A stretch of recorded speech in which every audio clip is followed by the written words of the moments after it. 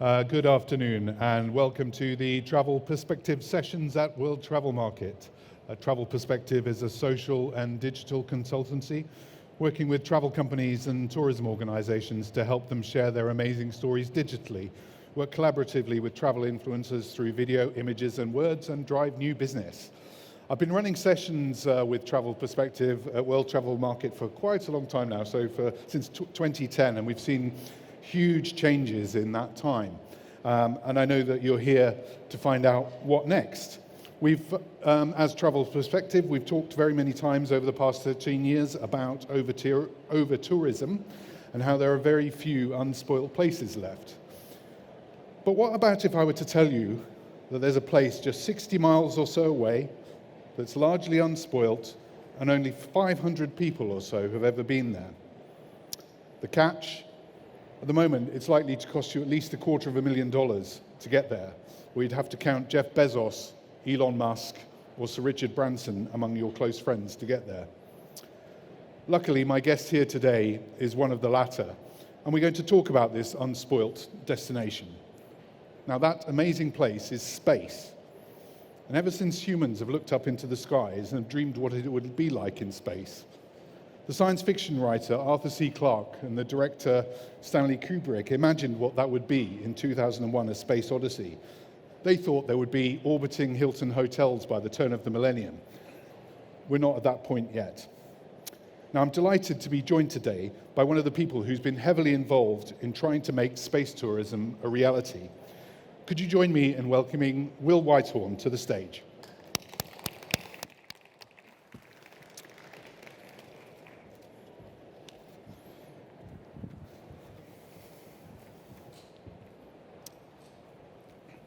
Thank you, Mark. Thanks for joining us today, Will. Will is really well placed to talk about space tourism. On the tourism side, he's worked for Thomas Cook. He ran PR for the Virgin Group and was a director of its rail group until 2004, when you were named president of Virgin Galactic, Sir Richard Branson's commercial space tourism venture. Will has been president of the UK Space Trade Association, is chair of the world's first listed space technology investment fund, Seraphim Space Investment, and is a director of AC Clyde Space AB. And he's also part of the British government's Space Advisory Panel, which sounds very exciting. So perhaps you can tell us a little bit about that later on. Let's get down to business. Now, before I was a journalist, I think I told you this, Will, I was actually a space scientist. I know it's an unusual route to go, career choice from space scientist to travel journalist, but I'm desperate to know the answer to this question. Is mass space tourism ever going to be realistic because of the high costs of getting into space? I think there is something going on at the moment that some of you may have noticed just watching the TV news from time to time, or blogging, or in social media, and that is the amount of space launch going on is rocketing. Many more satellites have been launched in the last year than in the whole history of the previous 20 years.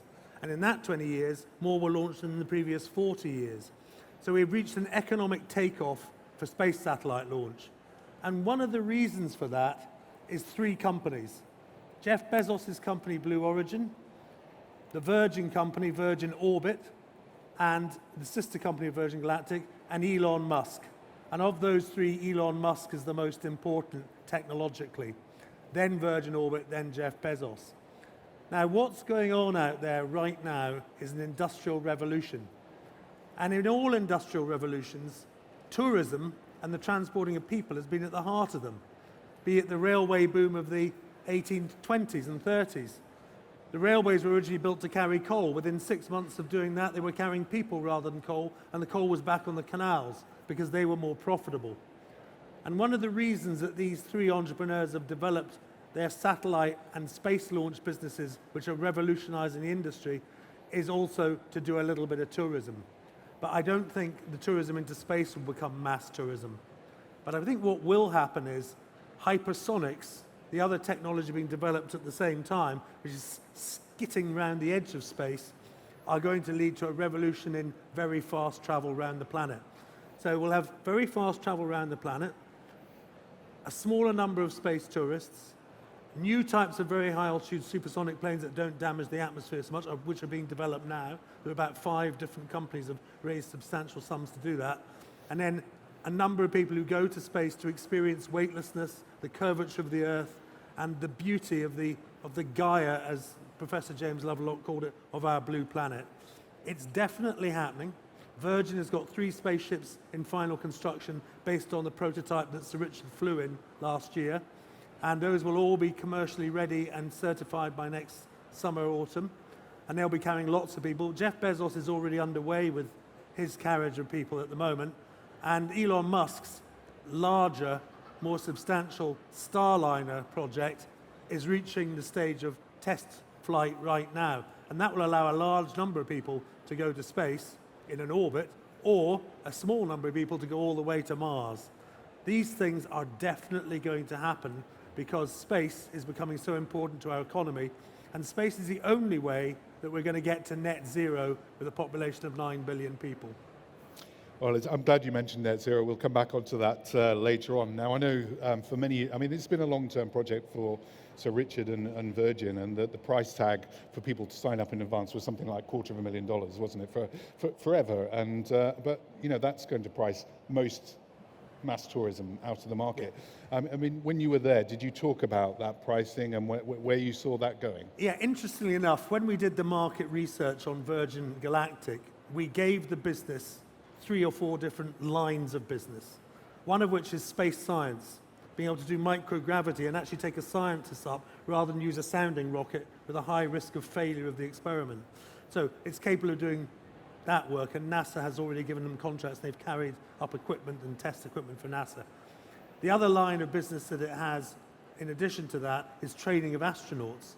It's actually cheaper to do this and send them on vomit comets and down into the depths of the sea to try and use spacesuits. So giving them training in space in real weightlessness. And then the other line is space tourism. And NASA themselves calculated back in about 2004, just before we launched Virgin Galactic, they did some research. They calculated that up to 100,000 people could afford a price tag of then $200,000 at that time, and would definitely want to do it as well. And that's the market that the space tourism part's addressing. Then in Virgin's case, we also did a lot of work on how to use a single stage aircraft to launch a satellite into space. And that was the sister business, Virgin Orbit, which uses a new technology rocket fired from a 747, of which they did have a picture up earlier, and you'll see a picture in a sec of it. That system is going to be launching its first UK satellites from Cornwall in only 8 days' time, which is very exciting. So all of these new technologies, hypersonics, high-altitude supersonic aircraft, which don't make a sonic boom anymore because they've designed that out. They make a supersonic smudge. You'll hear a whoop in the sky. And actual space tourism using suborbital spaceflight will all, I think, be successful. And they're all actually, from the point of view of carbon, the space tourism is almost irrelevant. The other two are actually going to be better than what we currently do lower down in the atmosphere at what's called the tropopause. And as far as space all told is concerned, the industrial revolution that's going on now is largely about putting industries in space which are going to be too expensive to operate because of the need to get to net zero. And the first ones have already launched. That's Starlink and OneWeb. That's space-enabled broadband. The next stage is to put entire server farms up there on a bigger scale. And the final stage of this, and the UK government has just funded a project which I'm involved in the periphery of, to actually produce solar power from space and send it down to the planet Earth. Now that will then give people who go up on space tourism lots more things to look at, because solar farms in space will be huge, and they'll be microwaving power down to areas which are basically offshore wind farms. They'll then put up additional antenna in the offshore wind farms and send that ashore. So a huge amount's happening and about to happen. And the other thing for people in the tourism industry, which is going to be really quite exciting, is how you'll be able to use space technology much more simply. The data of space is about to become something that any company can largely access. So if you want to know where your tourists are on an island, say, you'll be able to give them tags to wear to go out, and somebody in the office can look on a screen and make sure they're all right. That is going to be feasible within 24 months of today. That constellation's already going into place and will start to be commercially marketed, basically using Bluetooth technology with space enabling. So these things are happening very quickly. When it comes to the flora and fauna, it is already a satellite that our company built, which allows, for instance, on an island in the Pacific, and I'm not going to say where because they're using the technology to good effect, they can spot if illegal fishing folk from Asia have come across to fish for sharks. And as you know, they cut the fins off, take them back, and obviously are destroying the very nature of the ecotourism of that island. Well, they now have a satellite every 90 minutes that can spot the fishing boats even when they turn off their transponders, and only one patrol boat is needed to now go out and find them. All of these technologies, some of which are eco-related because they're a result of COP26 that these companies have got their government funding, are going to be usable in tourism as well. So you'll be able to do lots and lots of things, and that will all become available in 3 years. So there's whole different strands, I think, for the tourism industry. There's space tourism itself happening, there's rapid round the planet movement within 5 to 6 years, and there's going to be the use of space technology in the tourism industry, and particularly ecotourism. I mean, just sort of going back a little bit onto that point, I mean, you said that $200,000 there. Do you think it will ever come down from that? Because, as an astrophysicist by training, I know how much energy that takes to get you up to that level. So is it ever going to be cheaper than that? Is it going to be the sort of, easy jet of space tourism? Are we going to have those? Well, I know that the business plan of companies like Virgin Galactic and Blue Origin is to eventually price down after it's gone up. So if you look at the history of tourism and travel generally, let's take a specific example. March 1939, the first ever Pan Am Clipper flying boat. The 35 people who got on that were the space tourists of their day. The first non-stop flights across the North Atlantic, where the engineers crawled out inside the wing to maintain the Pratt & Whitney engines. Those flying boats in March 1939, the average ticket price was in today's money about $150,000. Therefore, you can extrapolate from that what could happen. Because there were only a very small number of those original Pan Am and Empire, the British equivalent was the Empire flying boat it was called. And there were only a small number of those at that time able to do these distances in relative comfort and safety. And what's going to happen to space tourism is as the experience grows, the comfort and safety factor, the more use of the technology will bring the prices down. But I don't think you'll see it at much less. The current price for these tickets is about $350,000 to $400,000. So I don't think that will come down for a while, but I think eventually it will. But I think the new generation of hypersonics, where you'll get a space experience in a hypersonic flight, you can imagine what that's going to... I mean, it's a bit like being in a very high U2, or it'll be over twice the height of Concorde. And in Concorde, you can see the curvature of the Earth. So there'll be semi-space experiences, and at much lower cost than this. As I say, there are, the developments are literally being built now for the first time since kind of false dawn post-Concorde that this would happen. What's now happening is it's composite technology, AI technology, and microchip technology have all come together to allow one to do these things in a way that wasn't possible before. I was going to ask you about that sort of whole Concorde thing because, back in the 70s and 80s, there was a market for that. There were the well-heeled business travelers and their companies who would pay for you to arrive in New York after 3 hours rather than waiting 6 or 7 hours. And I mean, do you think that's changed now? I mean, we've lived through a pandemic where everybody's jumped on Zoom and not doing that anymore. Is there going to be a market for that hypersonic travel that pays that? That people are willing to pay those extra fares to get there sooner? The research says there is, and who am I to argue with research? I mean, I personally believe there is as well. There will always be a market for taking you as a real human being to another place in another, it's rather like Star Wars and Star Trek themselves. People dream of being in a galaxy far, far away. Well, especially on a day like this in London, you can dream of being on a continent far, far away when the weather's like this. And I think that, if you could get to New York in 30 minutes and Australia in an hour and a half, I think there is a market for that. And I think it's in the hundreds of thousands of people. And if the cost of it was more comparable to Concorde than to that Virgin Galactic flight, there's definitely going to be a big market. Because there is a market even for going to space. I mean, people want to experience what's happening. And I think one of the things that people don't understand at the moment is I think we don't educate humanity about space very well. What we do is we tend to result in a situation whereby people think that space is for scientists, a couple of rich billionaires, and the satellites they watch telly through and things like that. They don't really understand that this full-scale industrialization is underway, and that literally without space we definitely cannot get to net zero. I mean, even the oldest system that you'll all know about, the GPS system, that's already saved billions of tons of carbon dioxide by making it more efficient to transport goods around the world, making food tagged. We produce 12% more food that gets to our plates in the world now simply because of that old GPS system, of it not spoiling in ports in the way it did. So just that old mid-90s thing that was unlocked and most people associate with their car sat-nav and their phone sat-nav, just that system alone has radically changed our ability to use space industrially. And what's coming around the corner is simply dramatic in comparison to the old GPS system. I mean, we've invested in our investment trust in companies, Tyrannus is one. This is a new investment of ours.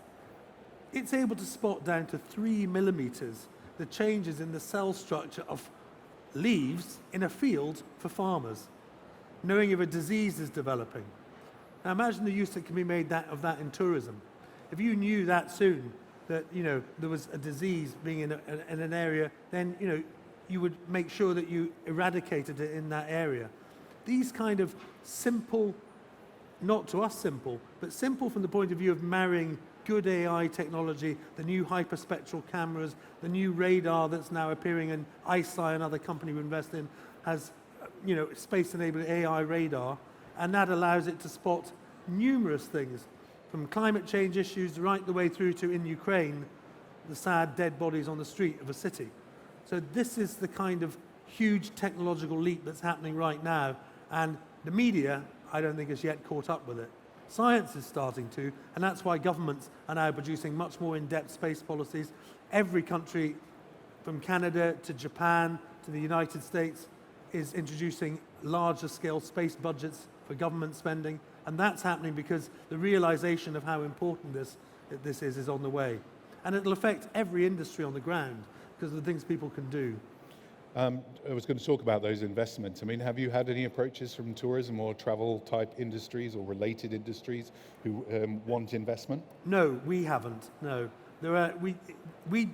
Sarah from the company we've started only invests in space tech itself. So we've not invested in the space tourism businesses, the likes of Virgin Galactic or Virgin Orbit or Blue Origin or Elon Musk SpaceX. For a start, they've got plenty of investment, number one. Secondly, we're investing in the stuff that goes into space to do the jobs. Now, some of the companies we're working with are already working with one or two of the tourism authorities around the world to look at how they're going to be able to manage their assets better. These Bluetooth-enabled tagging, for example, is going to be really useful in tourism because you're giving people things like bicycles, cars, you're renting them out. They're going to difficult places on islands. People are much more adventurous in their travel now. Being able to tag those experiences and be able to see them is going to make insurance cheaper and going to improve the health and safety of tourism at the more extreme end of it particularly. You're a good friend of Sir Richard, and I believe you went to his summer party this year. But Actually, when I last spoke to you, I was on my way to his summer party on one of the Virgin cruise ships, and I got COVID. So sadly, that was the one I missed. But have you spoken to him about his experience when he took that flight? Yes, I have. And it was... So Richard Branson flew on the Virgin Galactic spaceship about 18 months ago. And it was the last flight before they then completed the construction of the 3 commercial ones that will take people up, using all the learnings from that entire program over a decade. And he just said to me, he said, I remember when I spoke to Buzz Aldrin when we started this project, the three of us were all in Morocco. So I was in Morocco with Buzz Aldrin and Richard Branson in the Mamounia, I think it was, in Marrakesh. Lovely hotel. And we were talking about the idea of developing space concepts based on new technology, such as composite materials, air launching, all the things NASA hadn't really got into to any great extent. And Buzz said, if you could give people this experience, it will change their view of the world. He said, all of us who came back from all the space missions that have been done, who all know each other, all are changed by seeing the curvature of the Earth, realizing how small the planet is, and making you realize how delicate that little area of atmosphere is, and how this vastness up above it could be used for so many things and isn't. We're not doing anything up here apart from running a space station around doing some experiments and doing some communication satellites. He said we could really, I remember him saying, no, we could really industrialize up here and get rid of all the problems, and take them out of the atmosphere, as Professor James Lovelock had predicted we should do. And he said, and I'm a changed person, and you'll be like that. And the funny thing is, I'd completely forgotten that conversation. Richard came back, and we were speaking on the phone. He said, it was just like Buzz said it would be. He said, I'm completely changed. He said, I just see everything in a slightly different perspective. And space tourism for me is worth it if it just does that. But it's mainly worth it for me as an individual, because I want to see us industrialize in space to save the planet. Yeah, and it's actually what William Shatner said, wasn't it, when he went on the New Shepard? Oh, I didn't see what he.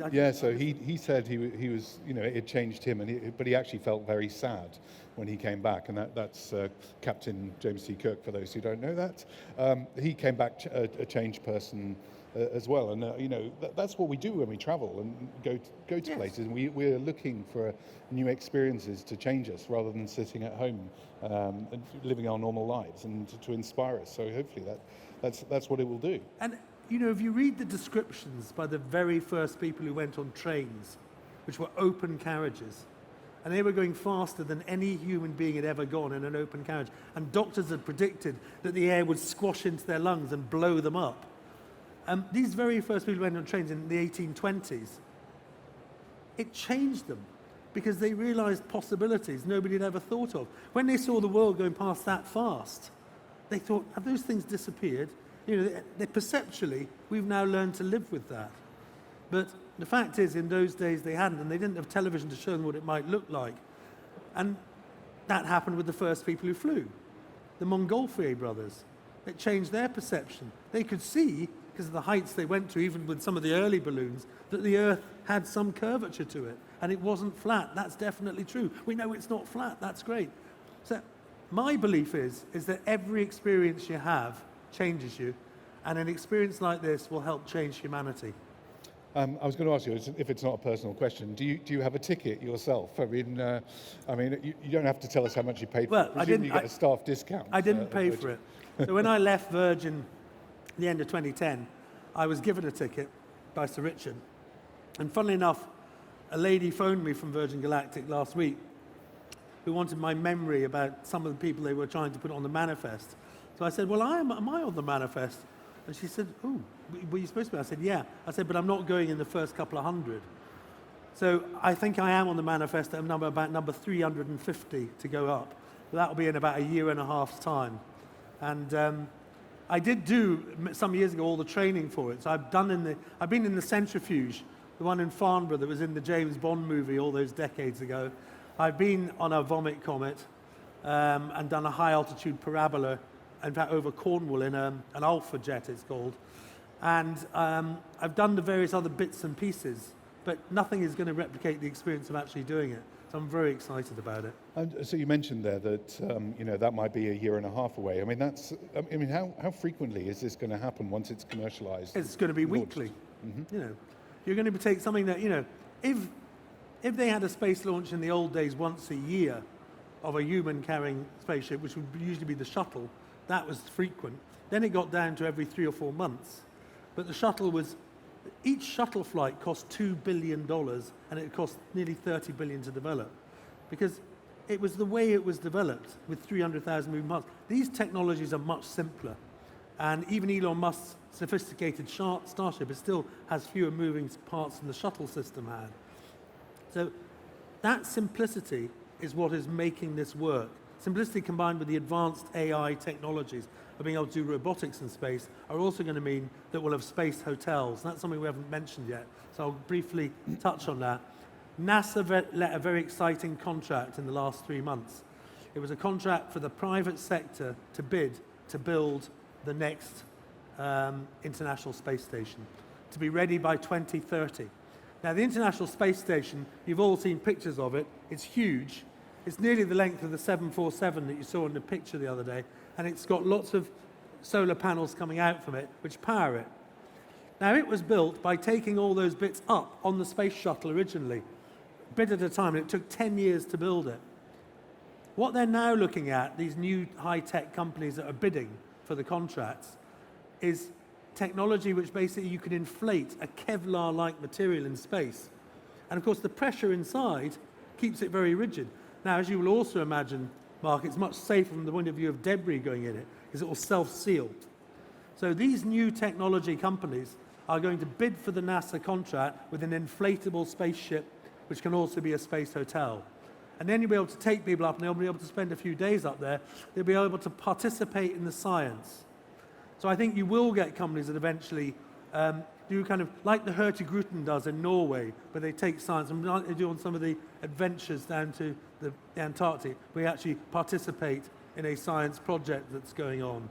And I think that you will get that kind of space tourism also developing, where people stay up there for a while, but at much lower cost than we've seen with those people who've gone to the International Space Station, where they've spent up to $60 million to go there for that very advanced space tourism. It isn't really tourism, because you had to learn to speak Russian to go there, you had to qualify as a scientist fully, and you had to also do an advanced astronaut training to live in space for the 3 months. This will be different to that. This will be somewhere beyond the space tourism we talked about, and somewhere towards the kind of experience you mentioned at the beginning with 2001: A Space Odyssey. Yeah, so will we see the likes of Hilton and Marriott bidding for that contract, do you think, or is it going to be much more specialised than that? Well, I think this is where you might, again, find the Bezos, Branson, Musk approach. Elon hasn't said if he's interested in doing it. The companies that are developing the technology in this NASA contract scenario aren't necessarily the people who operate them. But someone will come in with a niche. Now, whether it's an existing global brand in hoteling or not, I do not know. But I should think you'll find Virgin bidding for the operator's contract on it, I'd imagine. It'll be the sort of thing they would do.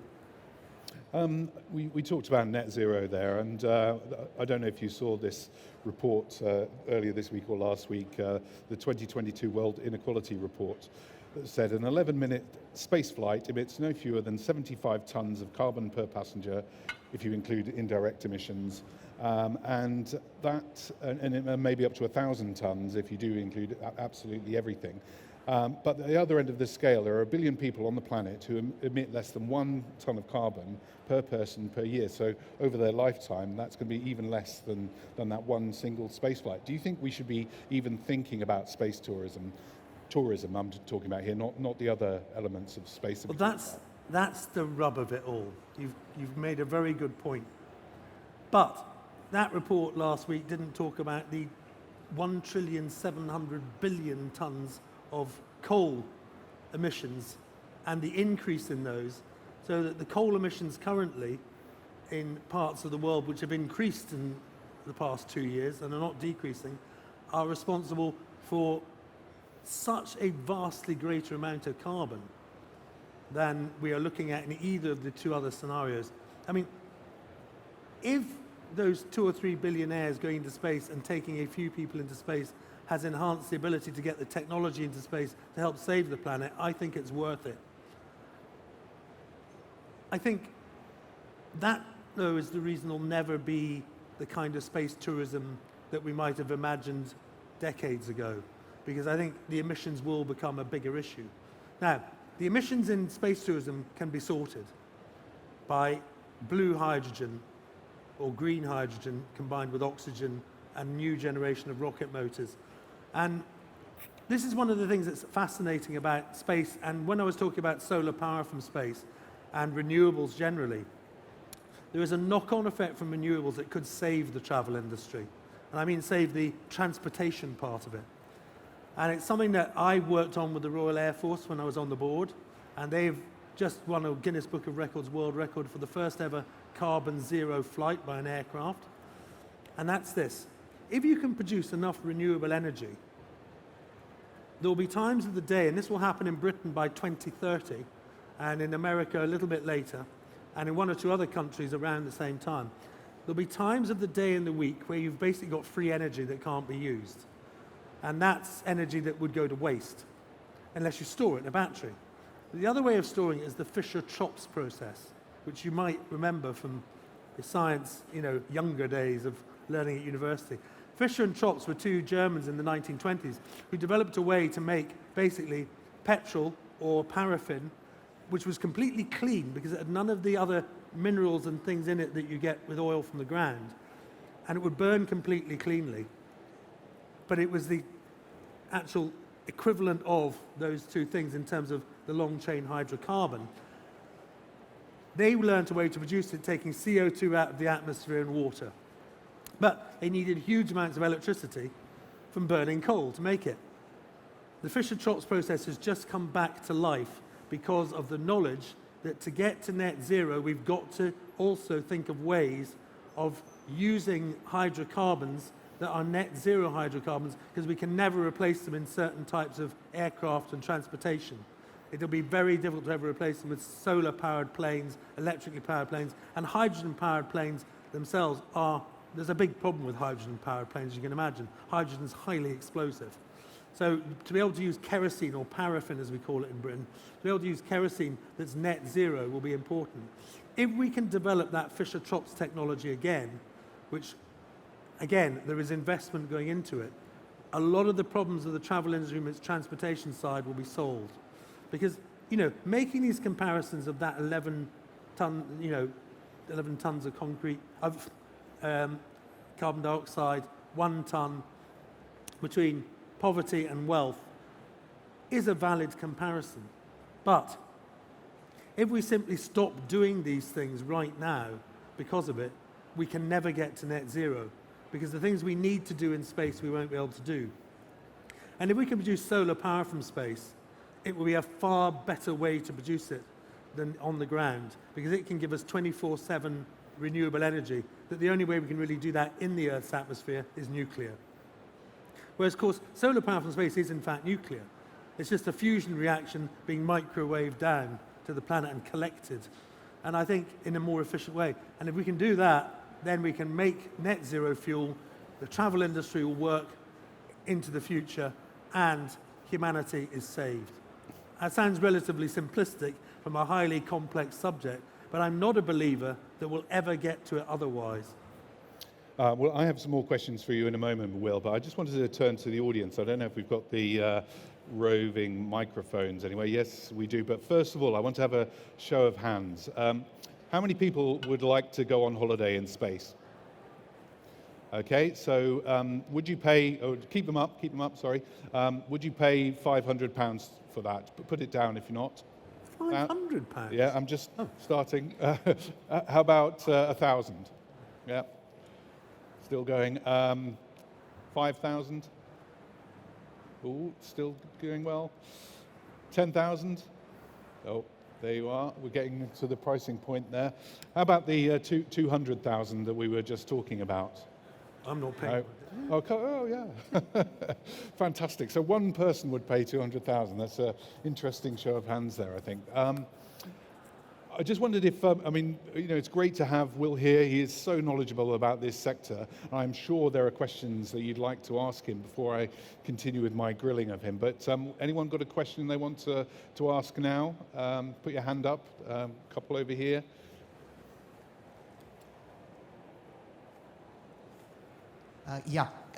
I was listening very intently to the discussion until you brought up this topic of all the tests that you have to do and the kind of feeling sick before that, and then I was like, I'm not sure if I want to do that. Do you ever think that the price was something that you focused a lot about? Do you also think that it will be easier physically to get up into space, or do you think that everybody will have to do the kind of training that you'll have to do? Well, in direct order, the easiest of the three systems is the Virgin Galactic system. You only pull about 3G, and you're going up on an aircraft, then you're flying into space.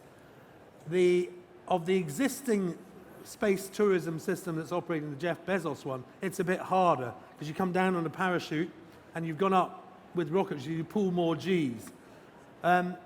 So the hardest way to go is the way that NASA's always done it, ground-based rocketry and, getting into orbit. So Elon Musk's system that goes to the International Space Station is the one you need the most physical health and training for. The Virgin Galactic one, funnily enough, the older you are, and as long as you've not got an illness as such, like a heart disease, and as long as you're on medication if you have any problem like that, it's the easiest system of all. And going into space is easier the older you are, because your arteries are harder, they're narrower, and you don't get the rush of blood to the head from G-forces so much. Which is why when these old astronauts went up again, they felt absolutely fine. And some of the younger people would be sick from time to time. But all of our astronauts, when I was at Virgin Galactic, all the astronauts did the training and nobody got sick. They pulled the same number of Gs, and the oldest of them was, sadly, he's passed away now, and that was Professor James Lovelock. He was going to travel on Virgin Galactic, but he died just this year, in fact, wasn't it? Yeah. And he had no problem with the Gs at all, and that was when he was 90-something. Yeah, well, thank you for that. We've got another question just here. Oh, don't think we can hear you. I don't know if that one's on. Is it working? Okay, thank Yeah. you. My name is Jose. I'm from the south of Spain, and I work in a travel agency specializing on stargazing tour and activities. So you can imagine that I'm more than interested in faith, more than agree. But you said something that worried to me, that you said something about saving the planet by industrializing the space. But are we going to do that by destroying the beauty and the cultural value of the night sky? Because maybe this is not a problem here in London where you can see the star. But I live in a rural area, and my daily landscape is the Milky Way, and I don't want to lose that. So I agree we must do that, but I'm just asking if you are thinking about any solution. That's an excellent question. And it's something that's caused me personal concern, because like you, I like looking at the night sky. I'm sure we both do. There is a big issue when we get to the level of satellite deployment. We've already seen it with Starlink, one particular satellite operator. However, Starlink have now realized the error of their ways, and the next generation of satellites they produce won't produce. Basically, that was the sun bouncing off the satellites. You can design satellites that don't do that, and you can design them much more effectively to not do that, and that's now going to happen. However, solar power from space, you will see above where it is some reflection, and I think it will be something that we'll have to pay the price of doing, because you won't see it, it won't destroy the night sky over Spain, but it might destroy a little bit of night sky from a bright spot where you're actually microwaving the power down. You won't see the rays. It won't be like some sort of, space laser coming down. It will be, it's microwave radiation. It's like what you produce in a microwave cooker. And that microwave radiation is invisible. But you might see some of the solar panels some of the time, because they might have some reflectivity. And you might be able to get a suntan at those locations as well. I think so at those locations sell you that would as well. probably get a suntan, yes. At night. Anybody else? There's a question at the front here. First of all, let me say thank you very much to you both, because the subject is extremely interesting and you're very knowledgeable. So first, my recommendations to you, absolutely fantastic to listen to you. I'm the managing editor of a magazine called Hotel Report, and I would like you to feed on the following. People travel for what they want to see and experience where they're going. You mentioned about the curvature of the Earth and stuff like this, but what are the things that you think people will want to experience by traveling to space? Yeah, well, we largely know the answer to that from the work that's been done by companies like Bezos' company in Virgin Galactic and that early NASA survey from the early 2000s. People assume that what they really want to experience more than anything else, to send a picture down or a short video down on their social media, is weightlessness. That's the number one thing that people want to experience, because they think the grandchildren will want to see a picture of them floating upside down, because that's what they associate with being in space in a capsule. And certainly the pictures from Virgin Galactic, which has been specially designed to let you do that, where you can really experience true weightlessness in their cabin, have definitely been the things that people have responded to the most. Now, the reason for that is simply, I think, the perception of our history of watching space travel. The other thing they all mention is this curvature of the Earth and wanting to see, particularly when they start operating from different places. So there'll be likely flights from the UK in the future, so you'll get to see the UK as a whole on that curvature of the Earth if you're there. If you're in New Mexico, you'll get to see the whole Californian vistas and the Sierras and down to Baja. And if you're in Saudi Arabia, you'll get to see the peninsula, because you're not seeing, in a space tourism craft, you're not seeing the whole Earth from a long way back. You'll be able to see good detail on the continents and the planet. The other thing people really talk about experiencing is actually watching other things in motion. One of the little experiments they've done is where you take a globule of water and you can see it floating and you can catch it in your mouth and swallow it. And that sensation, because when you swallow water in 0G, now I've not done this yet, but when you swallow water in 0G, it's a completely different experience. It kind of just filters and your body, and you can feel yourself having to pump it down in a way you don't do in gravity. So those are the kind of things people will experience.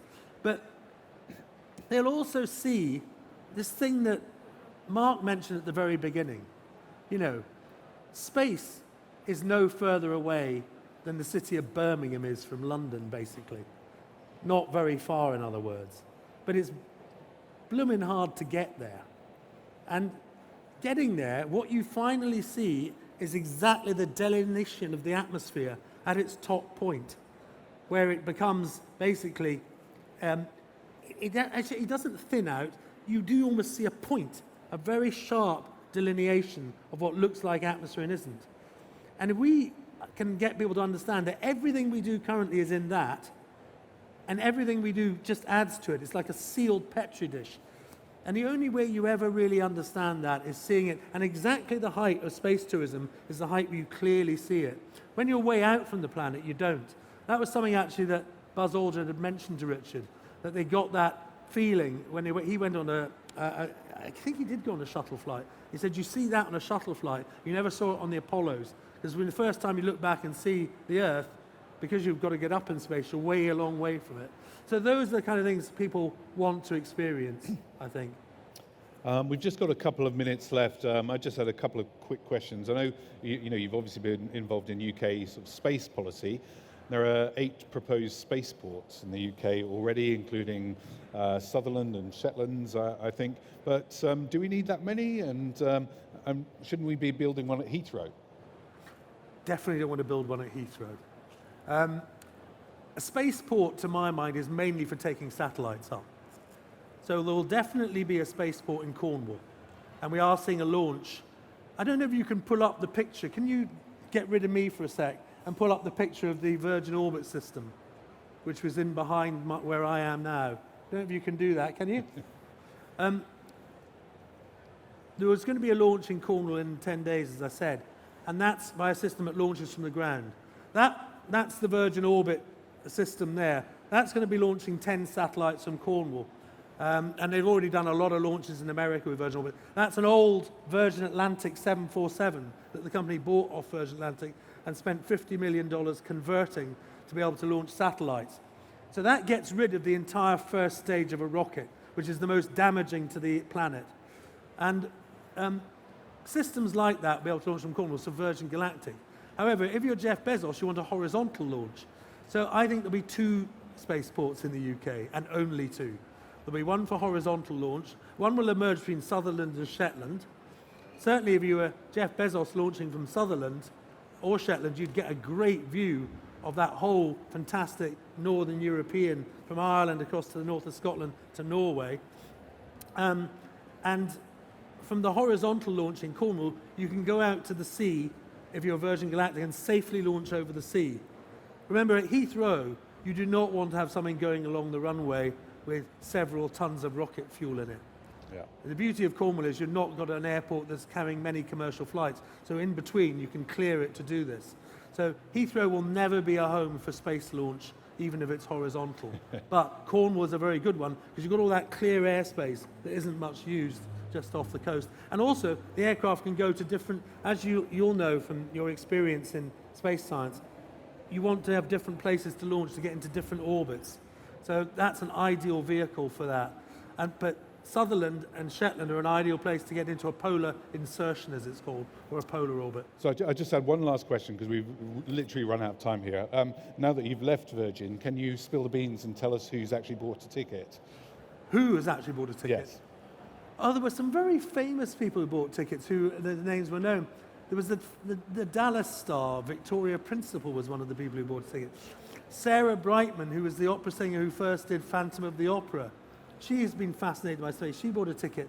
There were lots of people who had some interest in space one way or another that was very direct.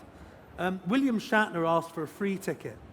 So we weren't prepared to do that this time. So he's gone with Jeff Bezos, who has given him a free ticket more recently.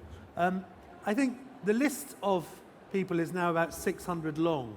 And Leonardo DiCaprio was one of them as well on the list that I remember from my time there, who became public. The ones who've said their names couldn't be used, my lips are sealed. Well, thank you for spilling the beans on that, and for all your experience of space, Virgin Galactic, Virgin Orbit. Fortunately, that's all we have time for. I'm sure you'd stay behind to answer a few questions if there are any from the audience.